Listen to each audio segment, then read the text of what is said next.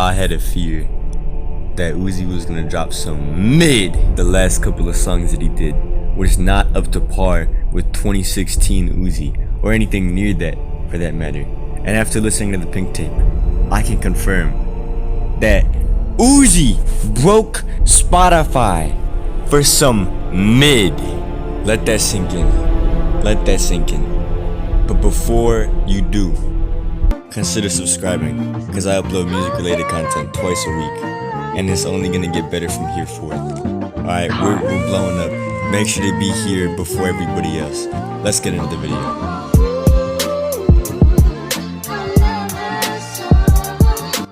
By no means was this album terrible, but I do feel like Uzi has definitely taken a step back from his last album, Eternal to Take, which he dropped a while ago, and yeah, his last big project, I should say, because I feel like since then he's been on a downward spiral.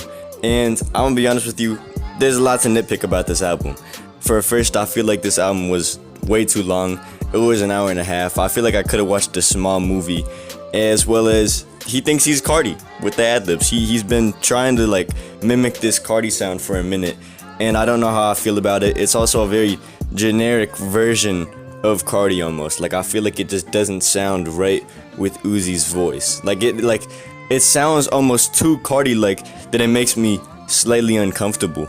You know, I just can't stand it, and I feel like it's an oversaturated sound, especially from Uzi. 26 songs, we didn't really need 26 songs. He could have definitely simplified it, made it a lot more concise, as well as there was a bunch of very obnoxious parts in my opinion.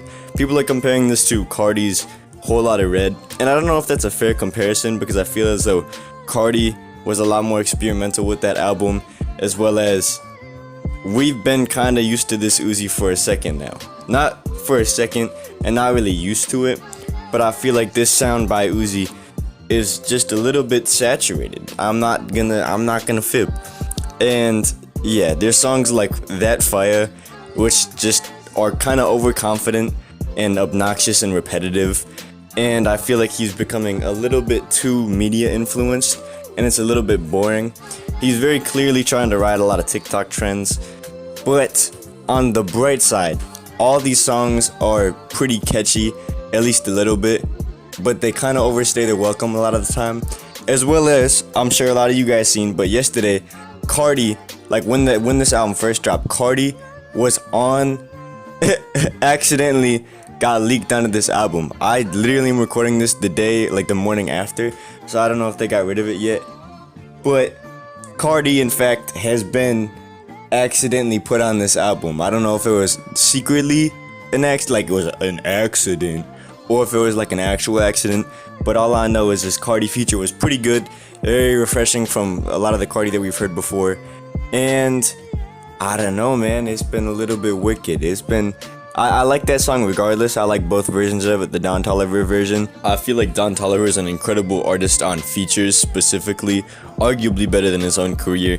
He's a D1 sidekick, gold medalist, and yeah, we have a lot of hot takes in this video. If you enjoy hot takes, maybe consider subscribing.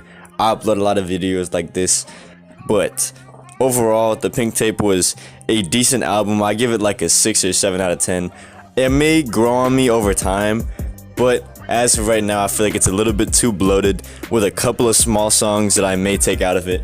Let me know how you guys feel about the Pink Tape by Lil Uzi Vert though in the comments below. I love seeing you guys' opinions, and I love you all very much. I'm conflicted, and I'm out. Peace.